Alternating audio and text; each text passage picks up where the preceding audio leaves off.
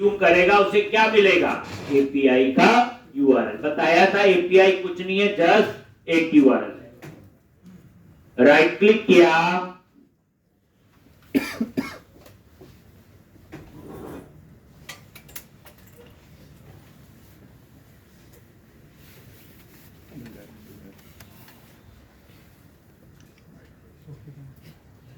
और एक class add करो।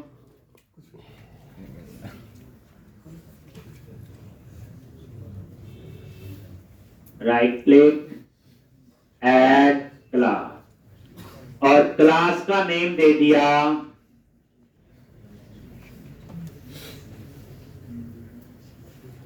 लल्ला मेरे बच्चे। एसडी। ठीक, और यहां पे पब्लिक स्टैटिक क्लास एसडी।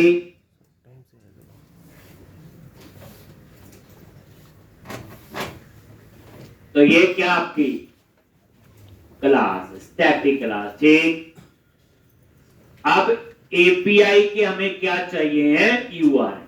क्या चाहिए? यूआरएल। तो क्या यूआरएल होगा? आप यहां रन करो तो बैकएंड भी रन होगा और फ्रंट एंड। ठीक, तो पहले आप यूआरएल देख सकते हो, क्या क्या यूआरएल होंगे।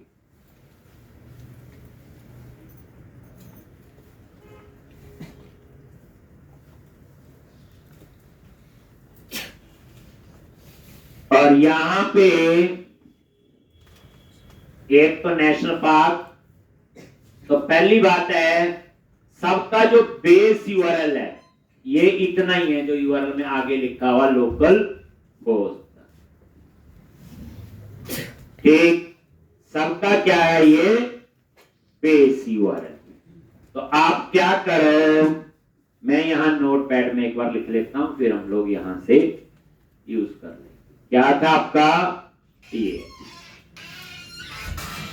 दोनों एपीआई का बेस यूआरएल ये है, और उसके आगे जो नेशनल पार्क है उसके आगे क्या लग जाएगा? /API/नेशनल पार्क। दूसरे का क्या होगा?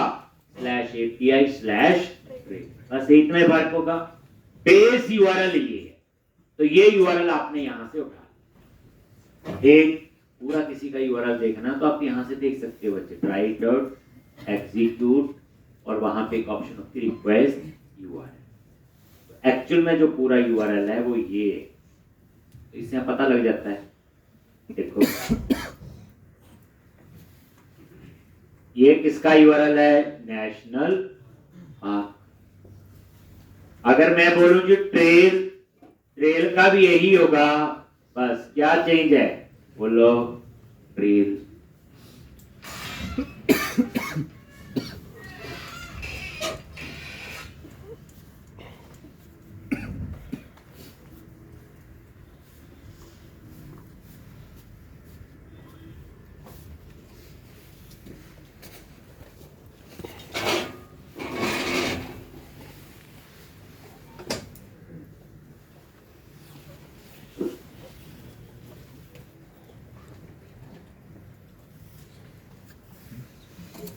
एक नेशनल पार्क और ट्रेल, तो ये है। तो बेस यूआरएल सबका सेम है। तो अब आपने क्या करना है, यहां आगे स्टैटिक क्लास है, मुझे ऑब्जेक्ट बनाने की जरूरत नहीं है। सबसे पहले मैंने यहां पे एक वेरिएबल लिया, पब्लिक स्टैटिक स्ट्रिंग, और ये, और यहां पे दे दो आप लोग बेस यूआरएल। तो हमारे केस में ये है बेस यूआरएल। ठीक है जी। अब उसके बाद आपका आएगा, आपका बेस यूआरएल आपने देखना है। ठीक, तो अब यहां पे national park API park, public static string national park API, और ये आपका है बेस यूआरएल प्लस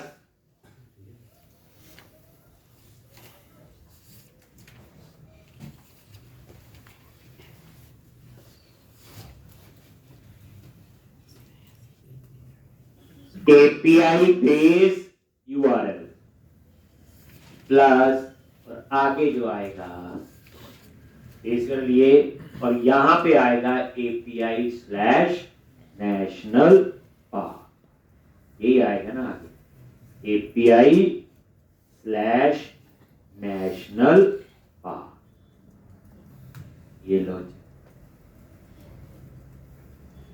ठीक, फिर उसके बाद एक और स्टैटिक स्ट्रिंग, और यहां पे ट्रेल क्या आएगा, एपीआई पाथ और एपीआई बेस यूआरएल प्लस, क्या लिखेंगे, एपीआई स्लैश ट्रेल, ये लो। तो इस तरह से ये मैंने यहां पे यूआरएल सेट कर लोगे ऐसे। मान लो 15 एपीआई है तो 15 लाइनें लिख लेंगे अलग अलग उसके लिए, हर एक के लिए एक यूआरएल होगा ना, ये नेशनल पार्क के लिए, ट्रेल के लिए। ठीक, आपने यहां कोई कनेक्शन सिंक नहीं बनाना, यहां पे कोई डाटाबेस नहीं बना रहे आप लोग, सारा डाटा तो एपीआई के थ्रू मैनेज हो रहा है, तो हमें तो सिंपल क्या चाहिए, एपीआई का यूआरएल, तो ये हो। ठीक है जी। अब हम लोग यहां कोई माइग्रेशन नहीं चलानी, कोई कुछ नहीं, ना एप्लीकेशन डीबी कॉन्टेक्स्ट। अब हम लोग रिपोजिटरी बनाएंगे, और वो जेनरिक रिपोजिटरी, बड़े ध्यान से, जेनरिक रिपोजिटरी का मतलब यह है कि मैं आपको एक ऐसा कंसेप्ट बनवा दूंगा कि जितनी मर्जी एपीआई हो, 2 हो तो चाहे 200 हो, चाहे किसी भी लैंग्वेज में बनी, सभी हम इसमें क्या करेंगे, एक बनाएंगे रिपोजिटरी, आई रिपोजिटरी, और यहां पे एक आई रिपोजिटरी, बिल्कुल वही। तो यहां पे आ जाओ, प्रोजेक्ट पे राइट क्लिक कराओ, ये सारा काम वेब एप्लीकेशन में हो रहा है, न्यू फोल्डर, और एक फोल्डर बना लो रिपोजिटरी, और इसके अंदर ऐड, और यहां पे आई रिपोजिटरी, आई रिपोजिटरी, गांजा गुंजा नहीं लेंदा, मैं चिट्टा लोंदा रहा कमरे कैद कर लिया नहीं के अंदर वही क्लास बनाओ, सॉरी इंटरफेस, ऐड इंटरफेस, और इसका नाम क्या रखेंगे, आई रिपोजिटरी। एक क्या आएगा, आई रिपोजिटरी,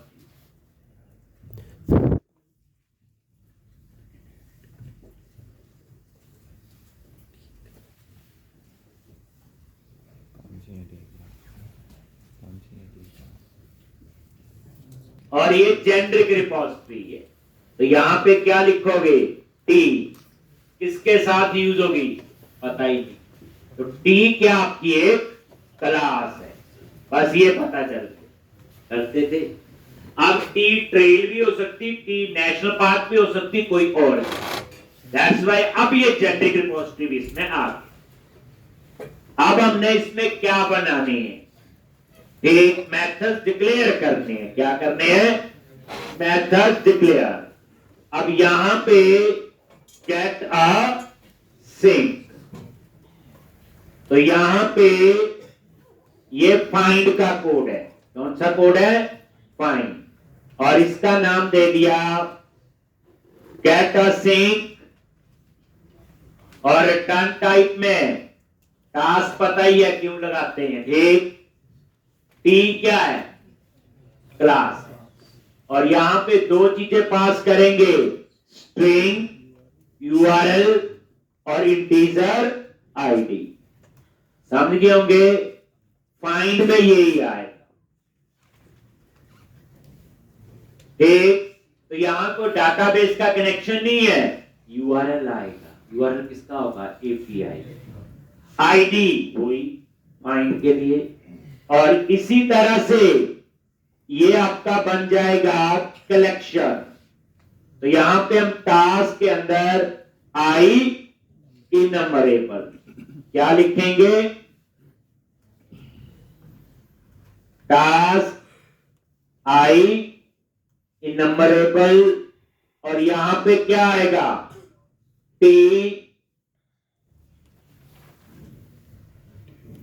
गेट ऑल सिंक।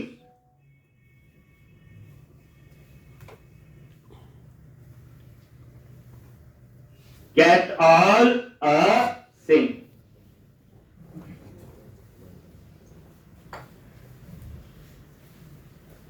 ये इसमें से प्योर, ये डिस्प्ले का है, गेट ऑल सिंक। बताइए सिंक और टास्क कैसे काम करते हैं, ठीक। अब उसके बाद क्रिएट का कौन सा होगा, क्रिएट अ सिंक। तो यहां पे क्या रिटर्न करवाएंगे, टास्क, और ये बूल टाइप का क्रिएट अ स्ट्रिंग, और ये यूआरएल, और यहां पे object T OBJ to create. ये किसका हो गया, क्रिएट का, और ये किसका है, अपडेट। तो ओबीजे टू अपडेट। इसी तरह से ये तीसरा है, delete sync, URL OBJ to delete. या डिलीट में आपको आईडी पास करना है, क्या पास करना है, आईडी। ये ठीक। अब ये एपीआई को कॉल करेंगे, यहां पे हम यूआरएल देंगे, किसको सेव अपडेट करना, यहां पास करेंगे, कोई भी हो सकता है, इसलिए जेनरिक। यहां कहीं ये नहीं लिखा इसी यूआरएल के साथ यूज होगा और इसी क्लास के साथ, तभी तो क्या ये जेनरिक, जैसे आप लोग प्रोजेक्ट में भी करते। हो गया। अब हम लोग क्या बनाएंगे, रिपोजिटरी क्लास, वहां आई रिपोजिटरी इंटरफेस को इंप्लीमेंट करेंगे, और इंटरफेस इंप्लीमेंट होगा तो ये मेथड वहां पे हम बनाएंगे या डिफाइन करें। बस ये वाली चीज है, एक बार बन गई, चाहे 2 एपीआई है चाहे 200 एपीआई, ये सब के साथ काम करेगा, ठीक। अब देखिए थोड़ा बहुत पता है, प्रोजेक्ट में पढ़ा हुआ, इसलिए ज्यादा हमें वो नहीं लग रहा, कोई नई चीज है। ये सब जो बच्चों का जो प्रोजेक्ट बनाया है, इससे हमारा लेवल में काफी आपकी इंप्रूवमेंट हुई है, जिन्होंने प्रोजेक्ट बनाया है। जो नहीं बनाया वो आज भी वैसे हैं और उस समय भी वैसे थे, ठीक। उनके लिए ये भी आज कोई बात है और आज पहले वाली भी, ठीक। लेकिन ऑलमोस्ट मैक्सिमम बच्चों ने ये बनाया है। अब आप रिपोजिटरी पे राइट क्लिक करो, ऐड क्लास, और यहां पे रिपोजिटरी, ठीक। तो यहां पे आप लोग रिपोजिटरी क्या करो, तो यहां पे आपने, ठीक, तो वही टी, और यहां पे आई रिपोजिटरी, और यहां पे भी टी, और उसके बाद वेयर आ गया अपने आप, और यहां पे क्लिक किया, ये इसका नेम स्पेस और इसके बाद इंप्लीमेंट इंटरफेस। अब यहां पे ये जेनरिक रिपोजिटरी, लेकिन यहां पे अब एप्लीकेशन डीबी कॉन्टेक्स्ट न ढूंढना, अब एपीआई को कॉल करना है। तो उसके लिए एक इंटरफेस है IHTTP क्लाइंट फैक्ट्री।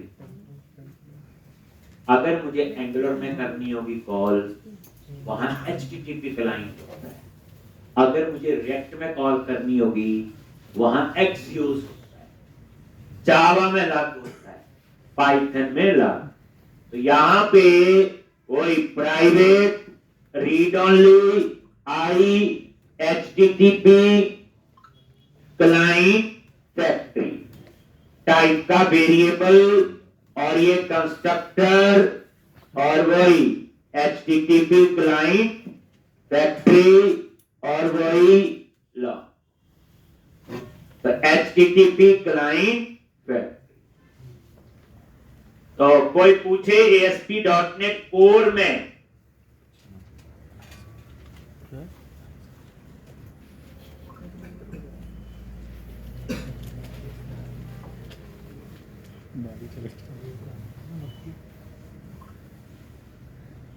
इसके नीचे, चेयर के नीचे पंप लगे।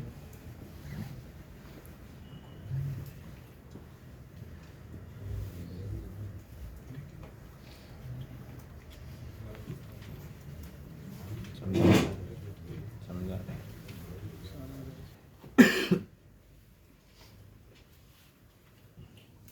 ये क्लाइंट है जहां एपीआई को कंज्यूम कर रहे हैं। सर्वर क्या? एपीआई। यहां से क्या जाएगी? रिक्वेस्ट, और उसके बदले में क्या आएगा? अब आप मुझे बताओ, क्रिएट असिंक में रिक्वेस्ट क्या होगी? जो हम डाटा भेजेंगे, क्रिएट है ना, सेव का कोड है, डाटा भेजेंगे। जब वो डाटा सेव होगा, उसके बदले में हमें रिस्पॉन्स आए। अब रिस्पॉन्स में क्या है? क्रिएट एट राउट है, या जो भी वहां थे, कोई ओके है, कोई अलग अलग का अलग अलग। तो बड़े ढंग से एक बार आपको ये पूरा क्रिएट से, तो यहां दो चीजें बनती हैं, रिक्वेस्ट और रिस्पॉन्स। अब कैसे बनेगा ठीक, वो हम लोग देखेंगे। तो सबसे पहले HTTP रिक्वेस्ट मैसेज टाइप का variable, var request is equal to new HTTP request message. और ये देखो कौन सा है? HTTP मेथड पोस्ट, अपडेट होगा तो ये पुट हो जाएगा, डिलीट है तो डिलीट हो जाएगा, डिस्प्ले है तो कैरी। अब ये एंड पॉइंट सेम होना चाहिए जो वहां से पास करेंगे। अगर पोस्ट है तो सेम बात, क्योंकि यूआरएल तो सेम है बच्चे, देखा आपने, आप यूआरएल तो सेम ही होता है, नेशनल पाथ का सेम है। कैसे पता चलेगा? सेव अपडेट, ये दुख क्यों नहीं खत्म? पोस्ट, पुट, डिलीट और एंड पॉइंट। तो ये वो, तो ये आपने बता दिया मेथड कौन सा है वो, और यूआरएल, जो यूआरएल हम पास करें। अब उसके बाद हमने क्या करना है? कंटेंट, क्योंकि इस बार कंटेंट जाएगा, तो पहले चेक कर लो, obj to create is not equal to null। अगर ये नल नहीं है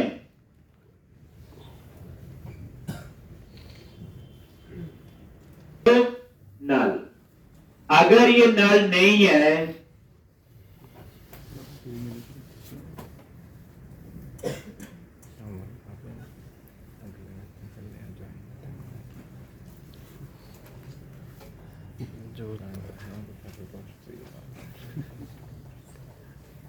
सर पोस्ट के अंदर क्लियर है?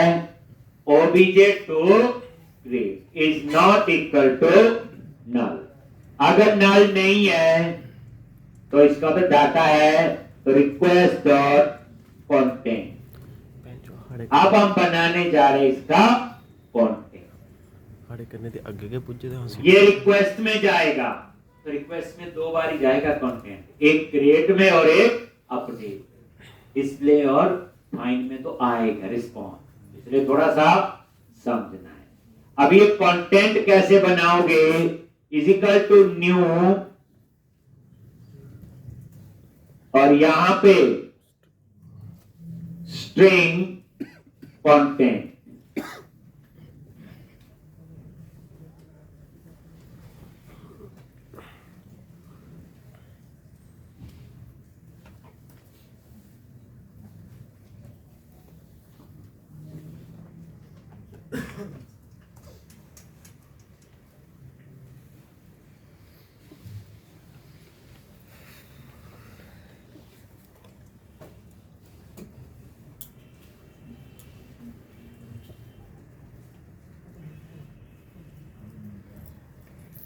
String content. अब ये जो कंटेंट है, ठीक, तो इसको आपने सीरियलाइज करना है। पहली बात आप याद रखना, जो भी डेटा नेटवर्क पे जाएगा वो सीरियलाइजेबल होना चाहिए। ठीक, कैसे होना चाहिए, सीरियलाइजेबल। सिंपल सी बात है, हमें तो क्लासेस पता है, ऑब्जेक्ट पता है, ठीक, लेकिन जब डेटा जाएगा उसको नहीं पता। डेटा सीरियलाइजेबल होना है। ठीक, जैसे मान लो आपने दिल्ली जाना है, आप नीचे ग्रुप में खड़े हैं, झुंड में खड़े हैं, ठीक है, अपने अपने ग्रुप में जो आपको जान पहचान है वैसे खड़े हैं, लेकिन जब आप जाओगे किसी बस में बैठोगे तो प्रॉपर वहां सीट पे बैठना पड़ेगा, वहां झुंड में थोड़ी बैठेंगे। ठीक, तो नेटवर्क पे जब डेटा जाता है वो क्या होना चाहिए, सीरियल। हाँ, जब दिल्ली पहुंच गए और बस से उतर गए तो फिर चाहे झुंड में खड़े हो जाओ, तो बाद में हम उस डाटा को क्या कर देते हैं, फिर टी सीरियलाइज कर देते हैं, जैसा था।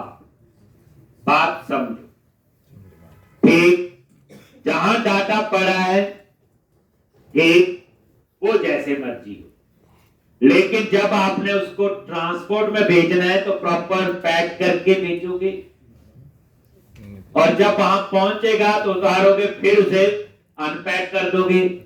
तो जो नेटवर्क में डेटा जाता है वो क्या होना चाहिए, सीरियलाइजेबल। इसलिए ओबीजे टू क्रिएट को क्या करना है, सीरियलाइज। तो उसके लिए जेएसएन कन्वर्ट, ठीक, और ये जेएसएन कन्वर्ट जो है, इसके लिए एक पैकेज इंस्टॉल करना है। लो, हो गया होगा ये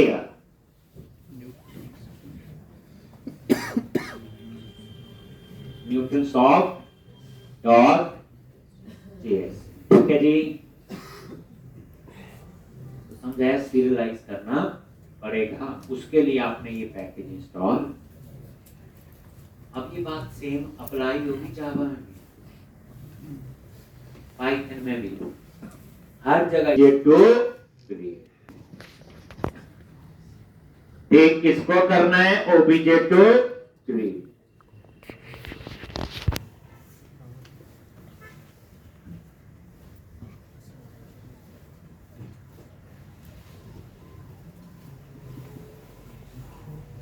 एक ओबीजे टू क्रिएट, ठीक, JSON convert dot serialize object, और उसके बाद इसको क्या करो, इनकोड करो, डॉट इनकोडिंग,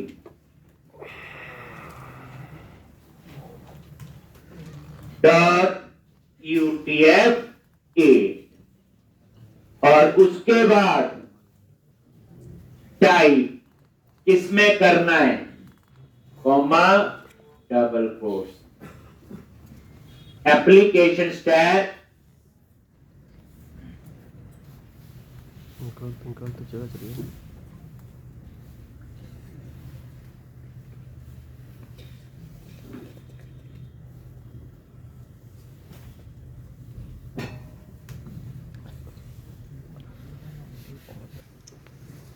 और किसमें किया, UTF-8 ये फॉर्मेट होता है। और डेटा किस फॉर्मेट में होगा, एप्लीकेशन स्लैश के कंटेंट टाइप होता है एप्लीकेशन स्लैश जी। ठीक है जी। अब आपका कंटेंट आपका आ गया, request dot content. OBJ to create को क्या किया, सिरे। अब आगे आ जाओ, आप बनाएंगे हम लोग क्लाइंट। तो कैसे बनाओगे, var client is equal to, और यहां पे क्रिएट क्लाइंट, ठीक। और यहां पे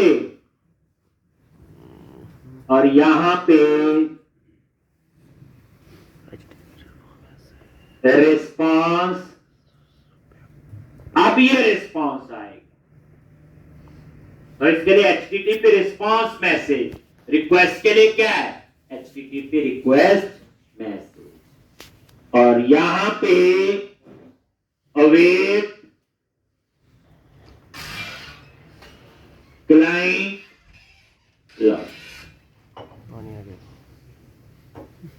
डॉट सेंड अ सिंक। और ये रिक्वेस्ट आपने भेज दी क्लाइंट को रिक्वेस्ट, ये देखो client dot send a sync, और ये अवेट लिखा है, और अवेट है तो ऊपर असिंक लिखा। अब इसके बदले में जो रिस्पांस आएगा, एक वो हम चेक कर लेंगे, response dot status code.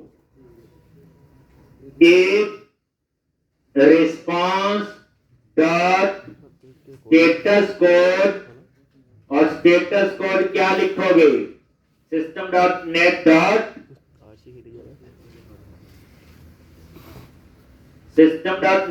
Status.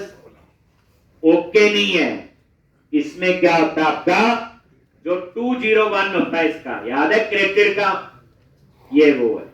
अगर ये है देन रिटर्न कर दे ट्रू, अदरवाइज रिटर्न कर दे फॉल्स, बस दैट इज रिस्पॉन्स।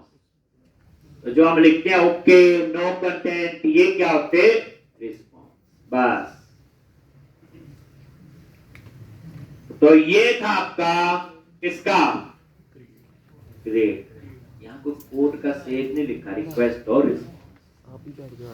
अब यही चीज आपको अपडेट में चाहिए, वहां क्या चेंज होगा, अपडेट असिंक पोस्ट की जगह बोलो क्या होगा, पुट, और ओबीजे टू क्रिएट की जगह ओबीजे टू अपडेट। और यहां पे क्रिएटेड की जगह क्या है, नो कंटेंट। वहां देखना ना एपीआई में क्या आ रहा है,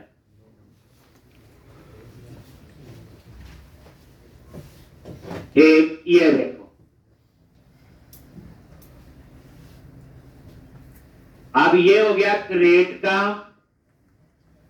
कहां पे अपडेट देखना, ये ना अपडेट।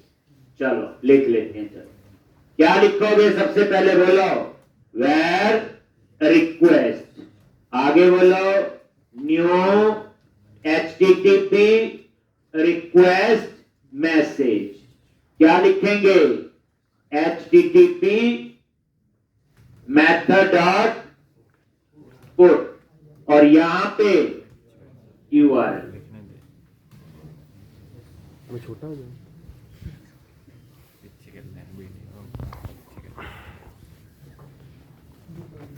तो ये रिक्वेस्ट है, और यहां पे OBJ to update is not equal to null. अगर नल नहीं है तो इस डाटा को सीरियलाइज करके वही request dot content is equal to new क्या लिखोगे, स्ट्रिंग कंटेंट, और उसको क्या करना देखो, बाकी तो अपने आप ही आ गया, सिर्फ आपने यूआरएल की जगह क्या लिखोगे, JSON convert dot serialised object, कौन सा ऑब्जेक्ट, obj2 अपडेट, और ये देखो जी,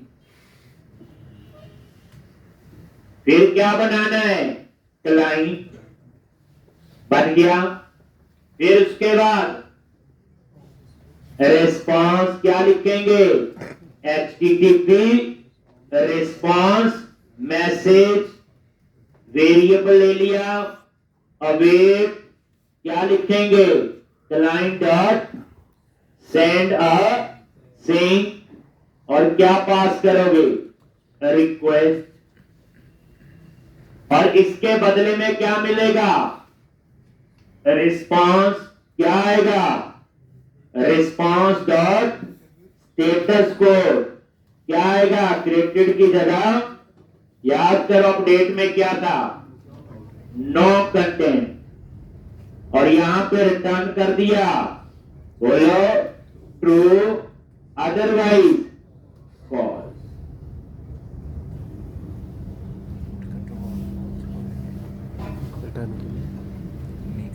रिटर्न ट्रू और ये false। लिखना है, रिटर्न नहीं करते, बचपन में लिखते थे -1 इक्वल टू +1 कैंसिल हो जाता है। Minus plus minus. यार मेरे पास बड़ी पोस्ट के बताया नहीं, क्या रिपोस्ट नीचे बताओ, नीचे नहीं जाना, पोस्ट भी दिखाओ। हो गया, अब उसके बाद नीचे आपकी जीव ज्यादा थोड़ी डिलीट, एक से डिलीट का सुविधा कहानी करजी बैठे तो सीआईडी नहीं भेज दी जो रिक्वेस्ट तो बनी, लेकिन उसमें कंटेंट नहीं जाएगा, जो आईडी होगा हम वो यूआरएल से पास कर देंगे जिसको डिलीट करना है, तो उसमें ये वाली चीज की जरूरत नहीं है, यहां डिलीट हो जाएगा, और यहां पे यूआरएल के साथ आईडी कंकैटिनेट कर, कुछ ऐसा कर दे,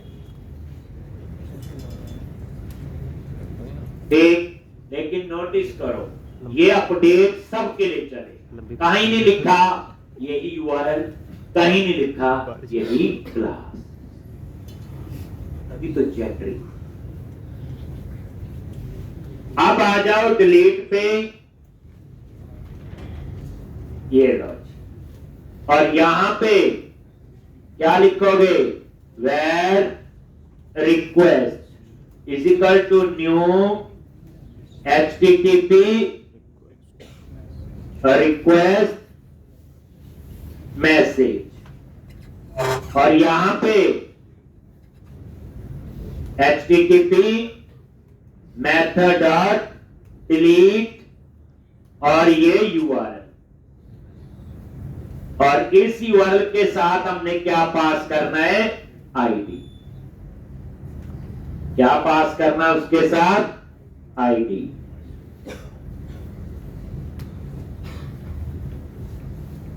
स्लैश करके आईडी कंकैटिनेट कर दो, plus slash plus ID dot to string,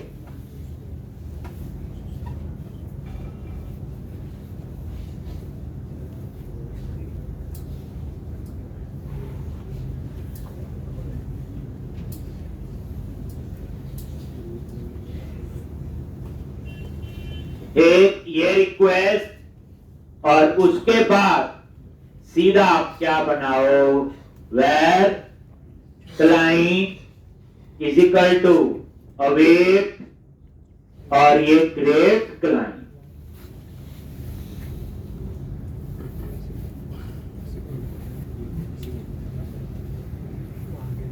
करते हैं ना। और इसमें क्या पास कर दिया, वो तो से पढ़ा ही जा रहा, पढ़ लो। रेट लाइन क्यों नहीं बनाई है? कहने वाला बड़ा अभी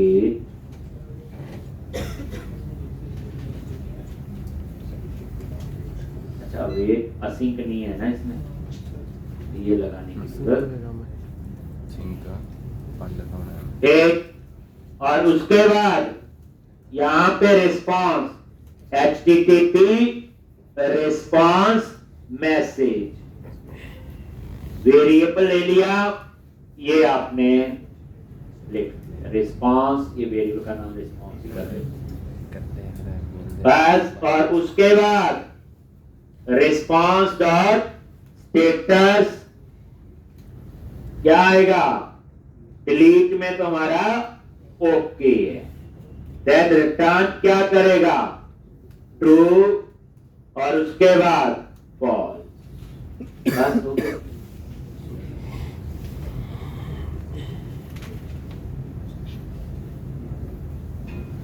इसमें कोई सीरियलाइज करने की जरूरत ही नहीं है। अब आ जाओ get all async. Get all async में क्या है, रिक्वेस्ट जाएगी, डाटा नहीं जाएगा। उसके बदले में जब रिस्पांस आएगा तो डाटा आएगा, लेकिन उस डाटा को पढ़ने के लिए हमें क्या करना पड़ेगा, डीसीरियलाइज। क्योंकि डेटा किस फॉर्मेट में होता है, सीरियलाइज होता है जब डेटा नेटवर्क पे आता है। नोट्स बना दे रहे चटवाने कोई जगह लाएंगे सर, ये बताएगा यहां आगे गेट तो अर्चना और असिंक, तो कुछ तो सेम ही है क्या, var request is equal to new HTTP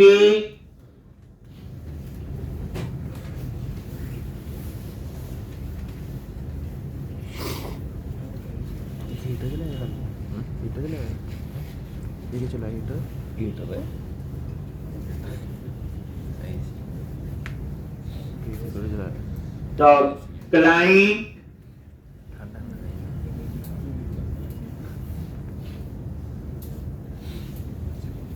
और रिस्पॉन्स, छोटू सूर तो नहीं क्या है, छोटू सूर यहां तक तो आपका सेम है। ओ छोटू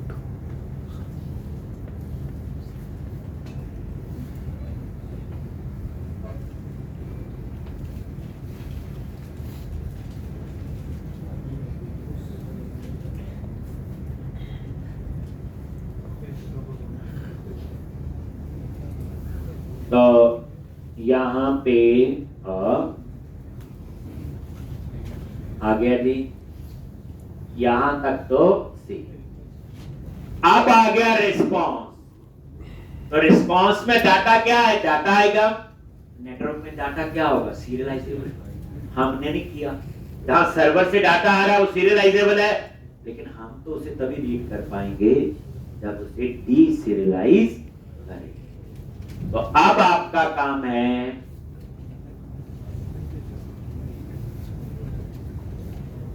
तो यहां पे status code same response dot status code okay, इसमें ओके था, याद होगा आपको, तो नीचे रिटर्न नहीं करते हैं, इस पे फाइंड में ओके था। अगर ओके है तो यहां पे आपने अब उसे डीसीरियलाइज करना है। कैसे करेंगे, एक वेरिएबल ले लिया, एक नॉर्मल JSN में डाटा आ जाएगा आपके पास। तो कैसे, response dot content dot read as string, logic read कर लिया। अब उसको क्या करना आपने, डीसीरियलाइज, ठीक, जब आपने इसको रिटर्न करना है। तो रिटर्न कैसे करते हैं देखना ध्यान से, डाटा JSN स्ट्रिंग में आ गया, response dot content dot read as string. इस बार कंटेंट हमने नहीं बनाया, कंटेंट सर्वर से आया है। अब यहां पे मैंने क्या किया, JSN convert dot deserialize object,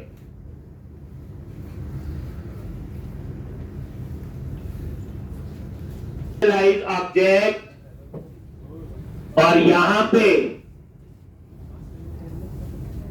किसमें डीसीरियलाइज करना है, एक तो कलेक्शन है हमारे पास आई इनमरेबल और टी, और किसको करना है, जो ऊपर JSN स्ट्रिंग, किसको करना है, ऊपर जो आपका JSN string, JSN convert dot deserialize object, यहाँ पे अवेट लगा दो, असिक लगाओ आगे, एक, और अगर नहीं है डाटा तो आप क्या रिटर्न कर दो,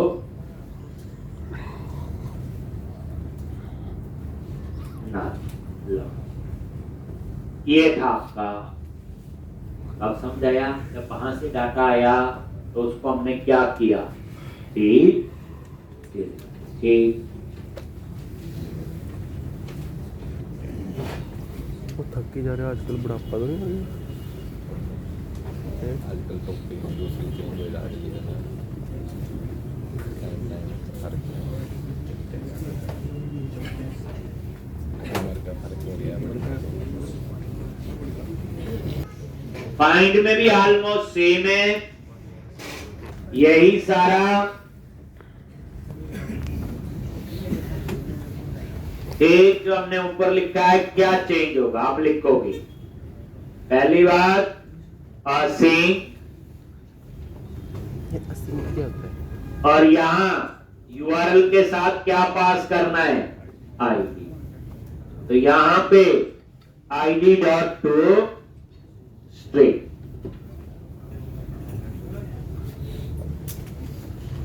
आ गया।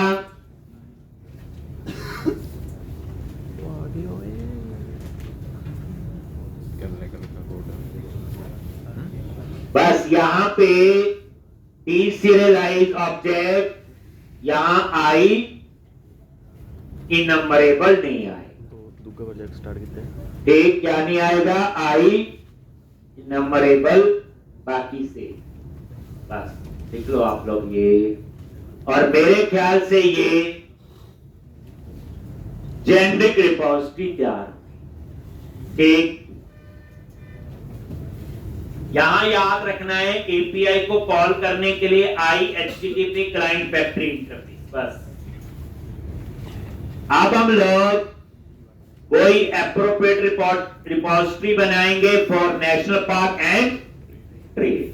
वही आई नेशनल पार्क रिपोजिटरी और आई ट्रेल रिपोजिटरी, वही छोटा सा जैसे हम लोग प्रोजेक्ट में भी करते थे, जिससे पता चलता था ये रिपोजिटरी किसके साथ काम कर रही है।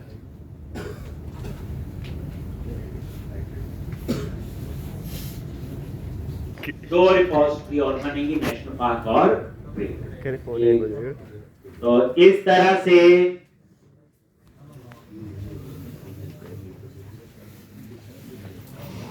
मैंने कुछ असाइनमेंट देखी, ये दिखानी भी है, कल पता नहीं किसी बच्चे ने दिखाई, तो दादी तो अपने पक्के दोस्तों से सावधान रहिए। लो जी, ऐड क्लास इंटरफेस और आई नेशनल पार्क रिपोजिटरी, आई नेशनल पार्क रिपोजिटरी, ठीक। फिर क्या करना है, यहां पे बोलो, यहां पे इनहेरिट करोगे आई रिपोजिटरी, और किसकी है ये, नेशनल पार्क। रिपोजिटरी। बस वहां एप्लीकेशन डीबी कॉन्टेक्स्ट पास करते थे, यहां पे IHTTP क्लाइंट फैक्ट्री। ठीक, तो अब आप बनाओ क्लास, तो रिपोजिटरी पे राइट क्लिक करो, ऐड करो, ऐड पास करो, क्लास और नेशनल पार्क रिपोजिटरी।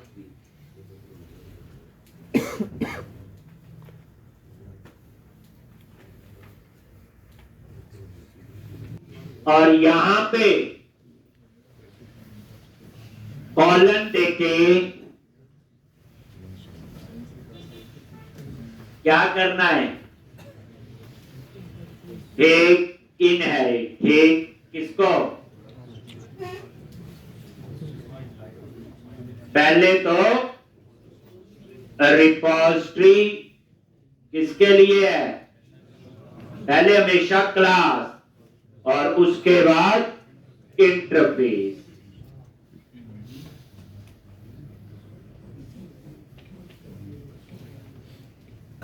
बस पहले क्लास और यहां पे private read only HTTP client factory, फिर कंस्ट्रक्टर IHTTP क्लाइंट फैक्ट्री, और यहां पे क्या लिखोगे, कॉलन बेस और ये पास। ठीक, तो ऐसे अब क्या करना है बोलो,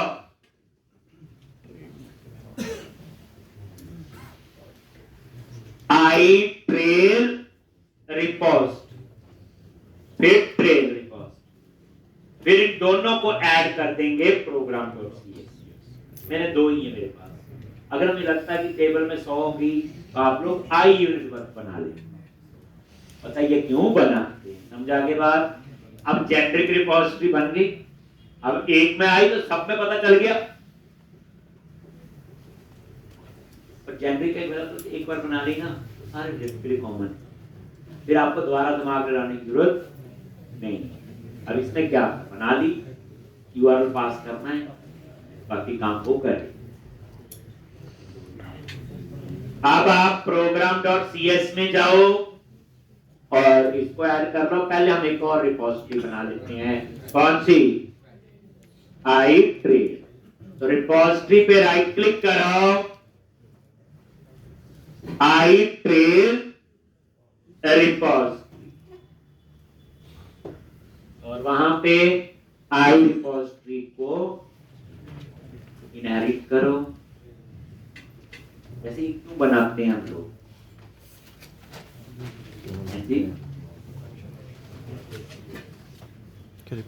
ये लो जी इंटरफेस क्यों बनाते हैं बच्चे, ये बता रहे हैं सर्वर। आई ट्रेल रिपोजिटरी, काम तो इनके बिना भी होता है। आई ट्रेल रिपोजिटरी है जी, और यहां पे ट्रेल लिख, ये सारी इंटरफेस और क्लासेस का जो कंसेप्ट है वो DI के लिए डिपेंडेंसी इंजेक्शन। आपने नोटिस किया कहीं पे भी हम क्लोज या डिस्पोज नहीं लिखते, क्योंकि DI में जब जरूरत होती यूज करता है और अपने आप ही डिस्पोज करता है। आपने नोटिस किया हम न्यू नहीं लगाते, देखा आपने कहीं पे, ठीक, जो हम लोग अपनी रिपोजिटरी और उसके स्टेप्स हैं, इंटरफेस बनाने हैं और क्लास बनानी है और program.cs में ऐड करना। तो मुझे क्यों ऐड करते हैं, सारे ये DI के कंसेप्ट। अब क्या करो, रिपोजिटरी पे राइट क्लिक किया, क्लास और ट्रेल रिपोजिटरी, और यहां पे रिपोजिटरी ट्रेल क्या आएगा,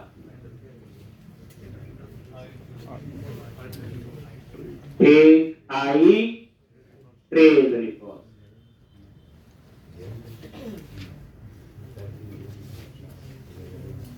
ठीक, और private read only I HTTP client, और यहां पे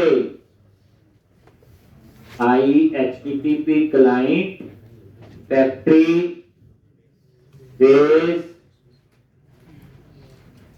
ये कंस्ट्रक्टर, और यहां पे पास से। अब इन दोनों को ऐड कर दो program.cs। अब अगला स्टेप क्या होगा सोचो। program.cs में ऐड कर लेंगे, फिर हम सिंपल अपने MVC कंट्रोलर बनाएंगे। मॉडल व्यू कंट्रोलर होगा, बढ़िया थीम, बूटस्ट्रैप, जो मर्जी अप्लाई करो, ठीक। सिर्फ आपका बैकएंड के अंदर चीजें चेंज, काम वही है। अब देखो कहां API बनी, क्या उसकी कहानी थी, और कैसे आपने उनको कंज्यूम किया, और ये क्या कहानी है आपकी।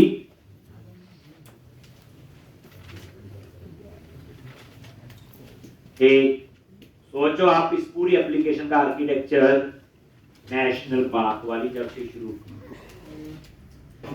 की, अब देखो ना चीजें हमें आती थी तो हम इसे अंडरस्टैंड कर पाए। पहली बार ये करते तो इसमें बड़ा पंगा था। अब आप लोग program.cs में आ गए,